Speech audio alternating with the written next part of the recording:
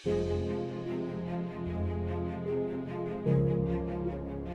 ngayon ay magpapatuloy sa sumunod na bahagi ng video tungkol sa panliligaw, courting, marriage, divorce, and remarriage. So ngayon ay bibigyan natin ng pansin ang patungkol sa divorce o pagkakaroon ng diborsyo. Ang divorce, it's a legal term na nagsasabi na pinapawalang bisa ng korte ang isang kasal. Okay? So, ibig sabihin ay ito ay legal na pagpapawalang bisa sa kasal sa korte o sa anumang legal na sangay ng pamahalaan na pwedeng gumawa nito. Bagamat hindi ito ang original na plano ng Diyos sa mag-asawa, subalit later on ay binigyan na rin ng pahintulot sa banal na kasulatan dahil sa ilang mga kalagayan o sitwasyon sa buhay ng tao. So divorce is permitted una kung ang asawa ay palagi ang nakagagawa ng immoralidad na pagkakasala. Ito yung perpetual infidelity. So, ibig sabihin, kung halimbawa, yung lalaki ay ayaw tumigil sa pambababae, 10 taon na silang mag-asawa, pero 10 taon na rin ang bababae yung kanyang asawang lalaki na yon. So, yun ay pwedeng sabihin palagian, perpetual. Palagi ang nakakagawa ng immoral na pagkakasala.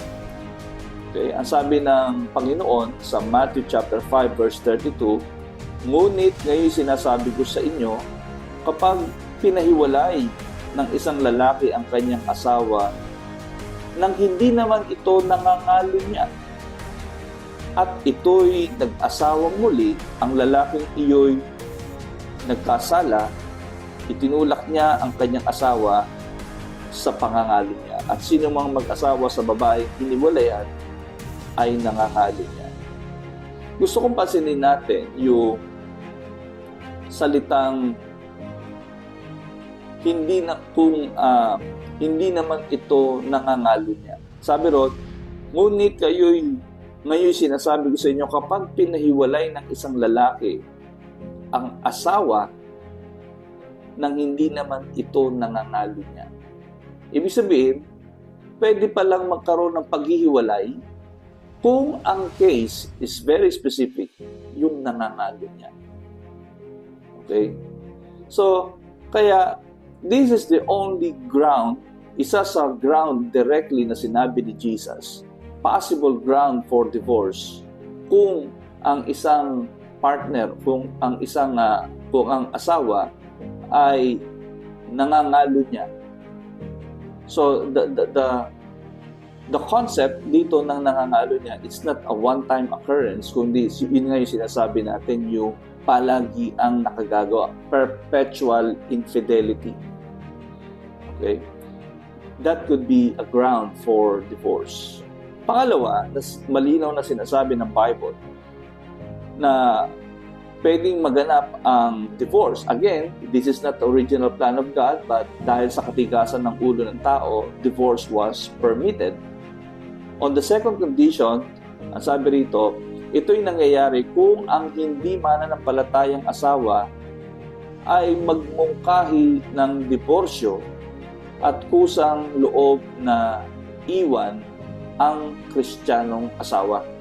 Ibig sabihin, if the unbeliever, okay, siya ang nag-push, siya ang nag-decide na kumiwalay sa kanyang asawa na Kristiyano, so that could be a ground for divorce.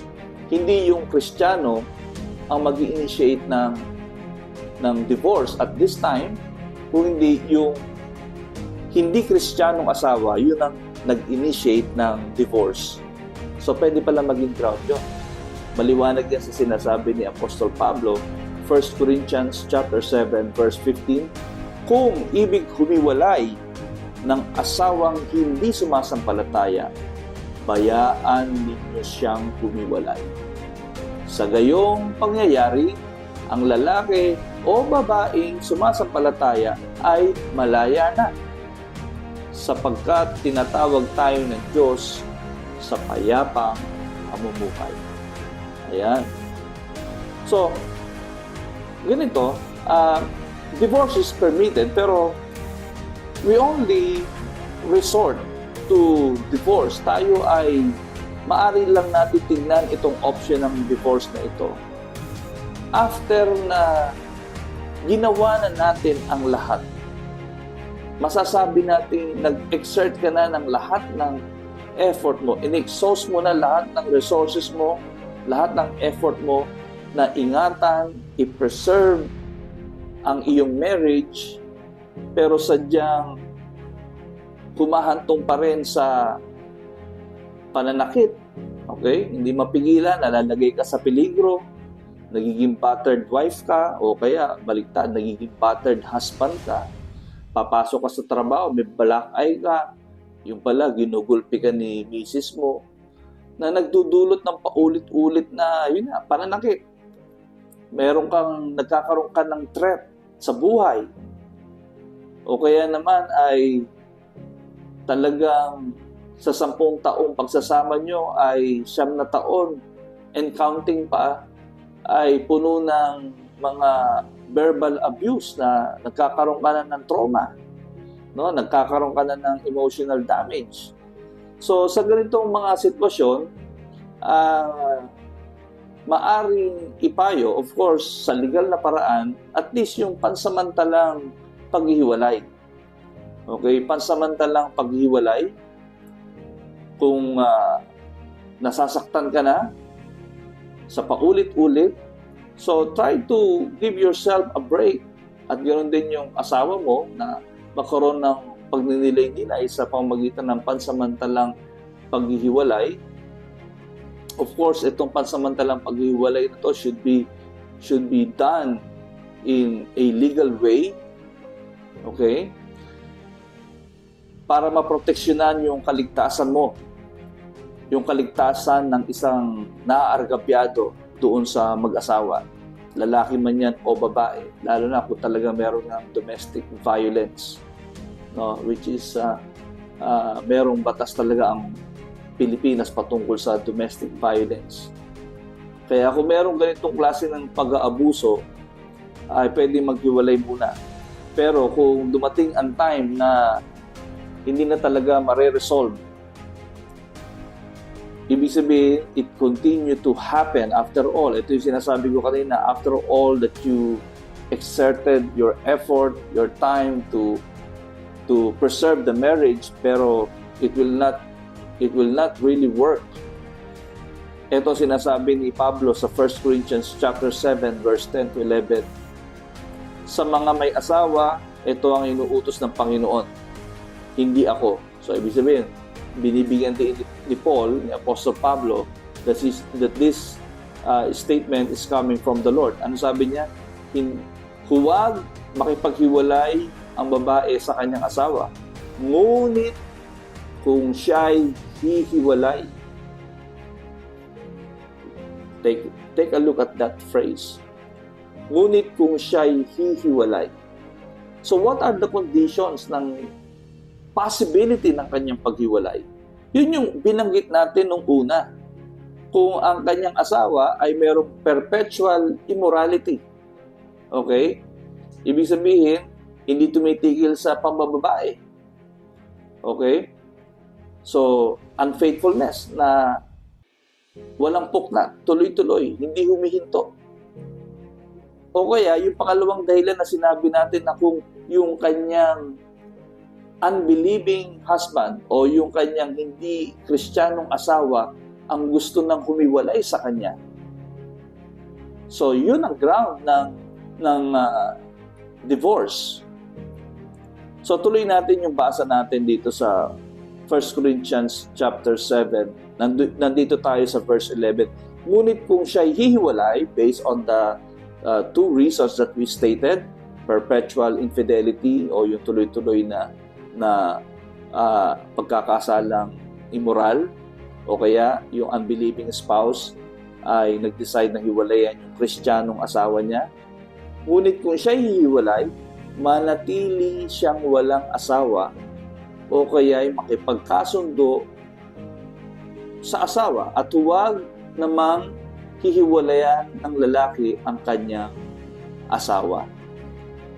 So yung sinasabi dito na huwag hihiwalay ay maliwanag na nagbibigay ng puwang na maproteksyonan ng isang taong naaargabyado. Okay? Naaargabyado in terms of physical and emotional and spiritual aspect, no?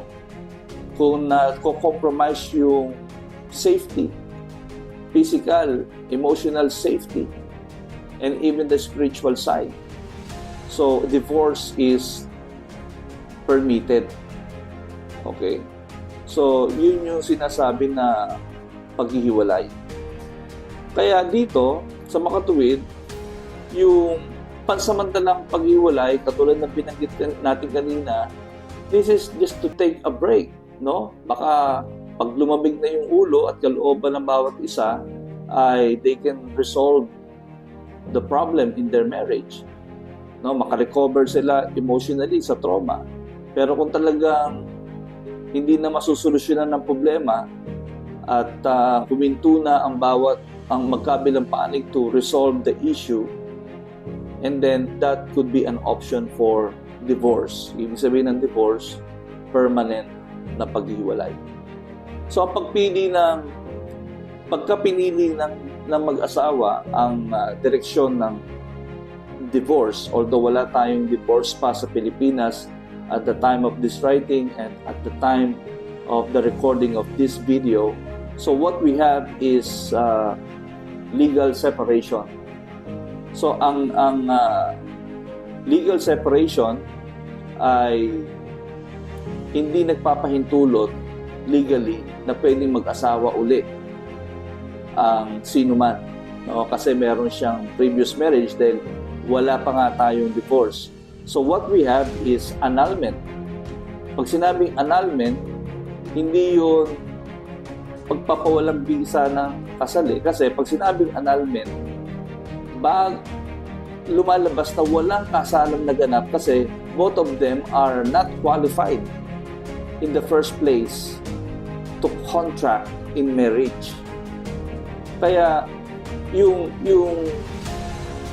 pag nagpapa-annul, ibig sabihin nun, pinatutunayan nila sa korte na hindi talaga valid yung kasal o wala talagang kasalang naganap kasi pinatutunayan nila na sa pasimula pa lang hindi qualified yung lalaki o yung babae doon sa pagpapakasal. Hindi na meet yung requirements. So isa sa madalas na ginagamit doon ay yung may problema sa isip, incapacitated, no, pagdating sa isip, may mental problem, kaya gumagamit talaga ito ng mga maraming pagsisinungaling, no? At merong ayuda ng ilang mga psychologists na nagsicertify that could be the evidence na hindi na-meet, hindi na-satisfy yung requirement ng marriage sa pasimula pa lang. Kaya lumalabas na wala talagang kasalang naganap. So, yun yung mga ginagawa ngayon, okay? Na divorce. Dahil wala tayong divorce sa Pilipinas, it's either legal separation or annulment. Pag na-annul ang kasal, pwede kang magpakasal uli kasi nga wala ka pang marriage eh. Lumalabas na walang naganap na kasalan sa'yo. Pero yung legal separation, yun yung hindi ka pwedeng mag-asawa. Kasi meron kang previous marriage pa. Kaya dito, sinasabi natin, ang muling pagpapakasal, pagkatapos ng divorce, o kaya pina-annul niyo yung kasal niyo at na-annul naman, hindi ito original intention ng Diyos. Kasi nga, in the first place, the original intent of God na ang marriage ay permanent. So, Sa original intention, ayaw ng Diyos ng divorce, but it was again permitted dahil sa katigasan ng ulo ng tao. So maliwanag yun na a person ay pwede magpakasal as long na legally pwede siyang mag-asawa. It's either na-annulled siya o kaya naman ay dumating na yung time na sa Pilipinas ay nagkaroon ng divorce o kaya naman sa ibang bansa ay nakapagpa-divorce. So, the person can remarry on the following grounds. Ano yung una? Perpetual infidelity. No, kung ang case ay palagian, hindi tumitigil na pangangalo niya ng iyong asawa. Pangalawa, if your unbelieving spouse o yung hindi Kristiyanong asawa nagdesisyon na hiwalayan ikaw na Kristiyano. So, that's the time you can remarry. Kaya dito ay we would like to say na this is not easy. Different churches, different denominations have different rules about this. But dito sa Breakthrough Christian Fellowship ay we believe in divorce only. Okay? We believe in divorce or similar na nakakabit yan, maaaring legal separation or annulment. Kapag after na lahat na ginawa natin to save the marriage ay hindi nag-work out. Pag sinabing everything na ay ginawa natin, ibig sabihin, you exerted effort hindi lang minsan, kundi you have been working on your marriage for so many years, even about for a decades or so. But still, it's not working. You are being hurt. Okay? So that's the time na we can opt to file a divorce or result into legal separation or annulment. Okay? As long as you meet the following criteria na there is a perpetual infidelity and your unbelieving spouse opted to leave you, no, to divorce you. O kaya naman perpetual din yung panggugulpi sa iyo, okay? And your life is being threatened. Pero kapag ganun ang case na hindi perpetual infidelity, kapag ang case lang is binubugbog ka or anything else na hindi naman talaga malinaw na sinasabi ng scripture, so you can divorce but you cannot remarry. Pero ang pinag-uusapan natin is kailan ka pwedeng mag-asawa muli. Yun nga, kung ang case ay perpetual infidelity and the unbelieving spouse would like to divorce you. Kaya napakalinaw po niyan. Okay? So to summarize, okay? So paano naman yung mga sitwasyon na kung saan ang isang bago magbalik loob sa Diyos ang isang tao ay meron na siyang extramarital relationship. So for example, like merong isang couple pero hindi niya yung tunay na asawa, pero ngayon lang sila nakakilala sa Panginoon. So meron silang previous marriage. So ano bang dapat gawin? So sinasabi natin ay kung hindi na sila makababalik sa dati nilang asawa dahil may kanya-kanya na silang pamilya ngayon, okay, hindi na talaga wise na bumalik pa sila because sisira uli sila ng panibagong pamilya if they will go back to their original spouse na meron na rin pamilya. It will be complicated. But if possible, why not? No? Pero kung may mga kanya-kanya ng pamilya, they have their own responsibility. That is quite impossible because the situation ay komplikado na. So, sinasabi natin dyan ay tignan natin ang sinasabi ni Pablo in 1 Corinthians chapter 7 verse 20 to 24. Manatili ang bawat isa sa kalagayan niya sa buhay nang siya'y tawagin ng Diyos. Ikaw ba'y alipin ng tawagin ng Diyos? Huwag mong intindihin iyon. Ngunit kung may pagkakataon kang lumaya, samantalahin mo. Ang isang alipin ng tawagin ng Panginoon ay malaya na dahil sa Panginoon. Gayun din naman, ang taong malaya nang siya'y tawagin ni Kristo ay naging alipin ni Kristo. Binili kayo ng Diyos sa malaking halaga, huwag kayong paalipin sa tao. Mga kapatid, anuman ang kalagayan ninyo sa buhay, nang kayo'y tawagin ng Diyos, manatili kayo roong kasama niyo. So we cannot bring back the past, no? Maraming good couple, mga hindi ko sasabihin mag-asawa kasi hindi sila mag-asawa, na hindi sila kasal because they have their previous marriage, pero hindi pa sila Christian noon. So ngayon naging Kristiyano sila, they accepted the Lord, pero nandun na sila sa isang sitwasyon na hiwalay na sila sa kanilang totoong asawa at meron na silang nabuong bagong pamilya sa kanilang kinakasama ngayon.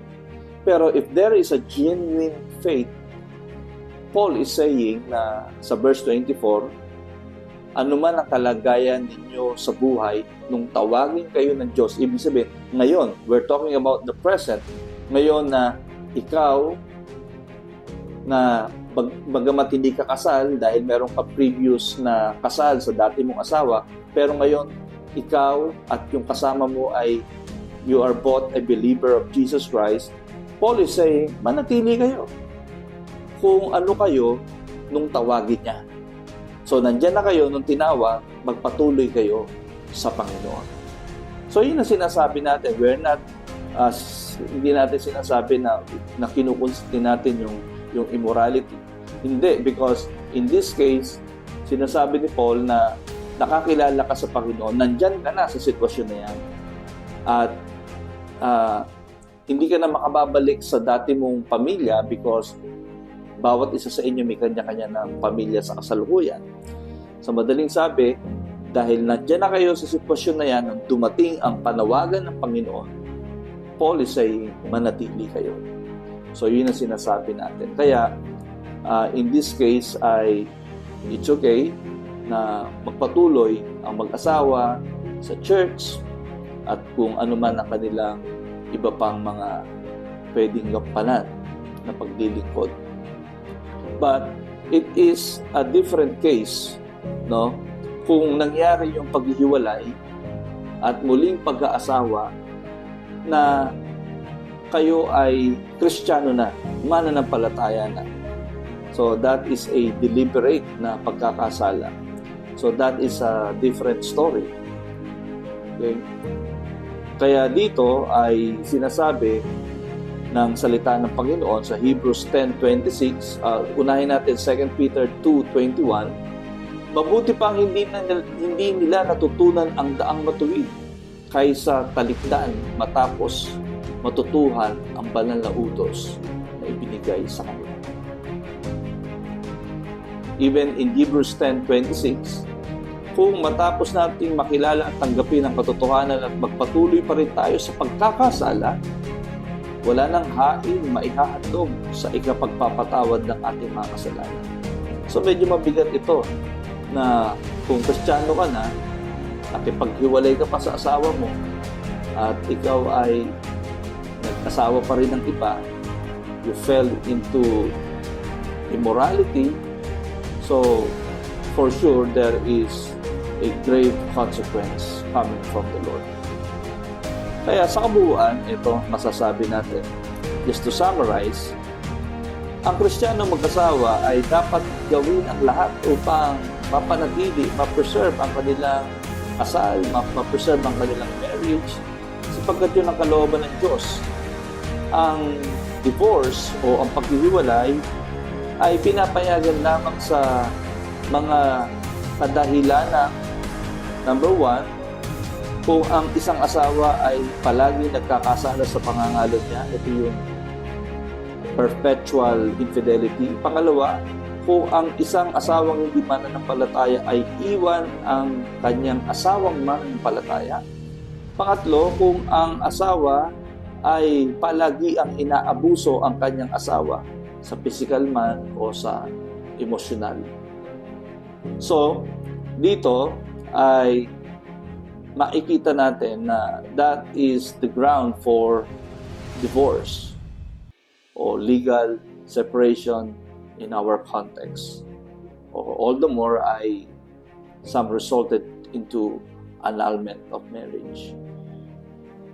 Now, since ito ay magkaduktong, pag-usapan natin ang remarriage. So, na-divorce na, naghiwalay na. Pag sinabing remarriage o muling pagpapakasal, okay, pwede, pinapaintulutan ng Bible ang muling pagkaasawa, okay, sa dalawang sitwasyon. Muling pagpapakasal ay pwedeng gawin ng isang naging byudo o byuda. Ibig sabihin, namatay ang asawa mo, so you can marry again. Pwede ka mag-asawa ulit. Malinaw yan sa 1 Corinthians chapter 7, verse 39 to 40. Mga talata ang nabasa natin kanina. Pangalawa, sa pamamagitan ng divorce, no, pwede ka ulit mag-asawa kung ang naging divorce mo sa asawa mo na buhay pa, okay, na ang dahilan ay yung paghiwalay mo sa asawa mo ay dahil sa mahabang panahon na hindi niya pagiging tapat. Ibig sabihin na hindi pagiging tapat, yun nga yung palagi ang nagkakasala sa pangangalo niya. Kumbaga, it's a perpetual infidelity na naging dahilan ng divorce mo. If that is the case, katulad ng sinasabi ni Jesus, you can remarry. Pwede kang mag-asawa ulit. So dito, ang asawa ay pwede magpakasal na hindi siya nagkakasalan ng pangangalo niya because the issue is infidelity o yung unfaithfulness o yung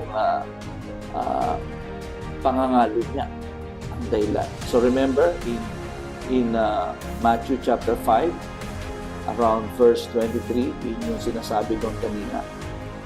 Kaya dito, sinasabi natin na ang na-divorce at muling nag-asawa, ang isang nag-divorce at muling nagpakasal, ito ay pinapayagan, subalit again, hindi ito ang original intention ng Diyos, okay? But it was permitted dahil sa katigasan ng ulo ng tao.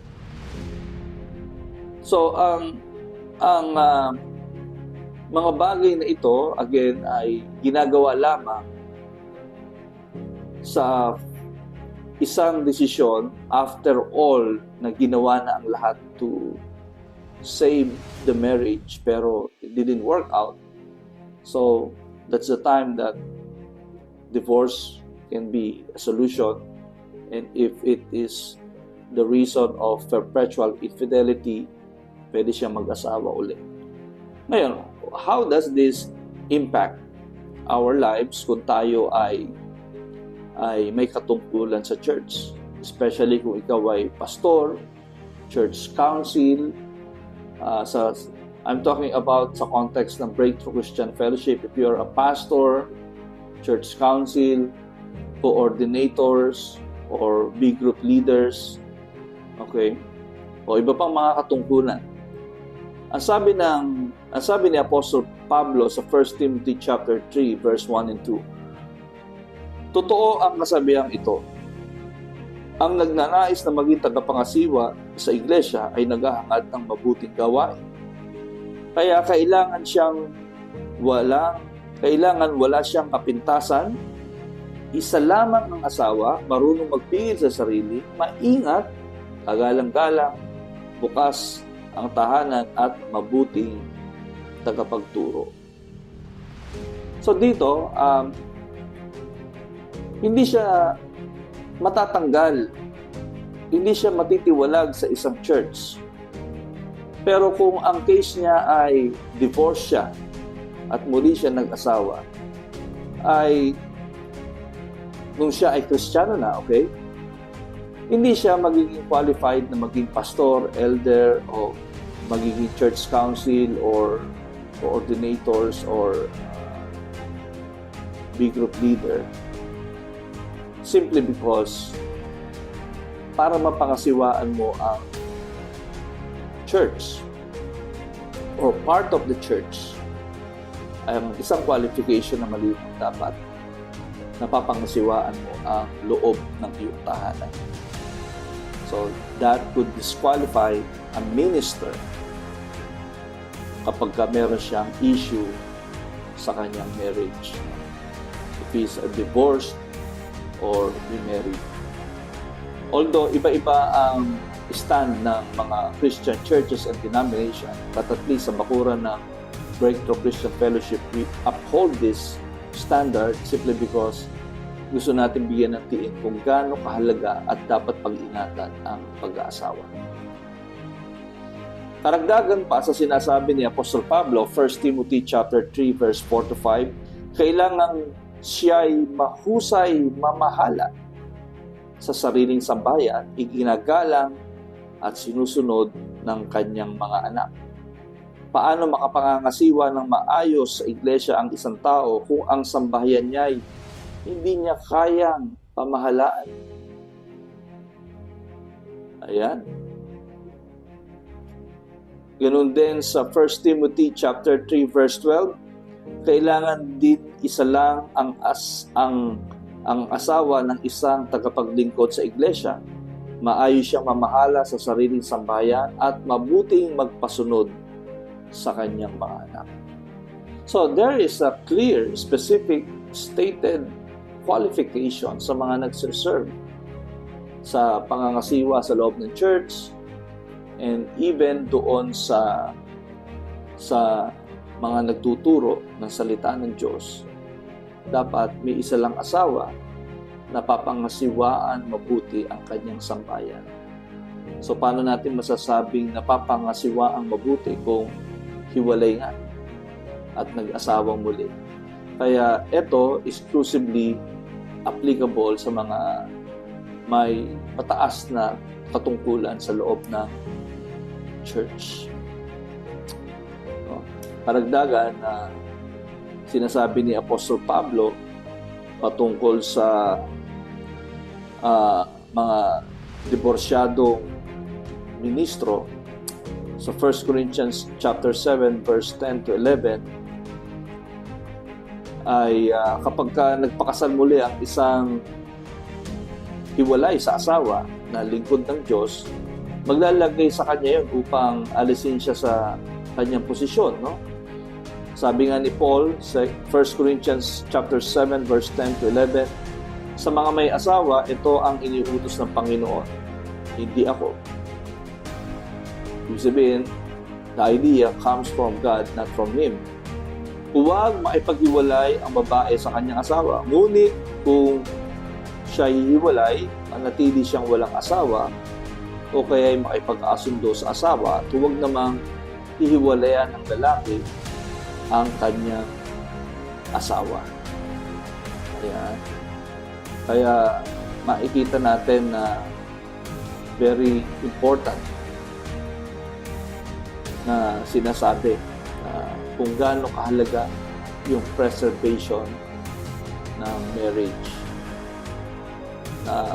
It makes sense. How can you rule the church? How can you teach people if you cannot apply it first in your family, in your immediate family, sa asawa mo at sa loob ng iyong tahanan?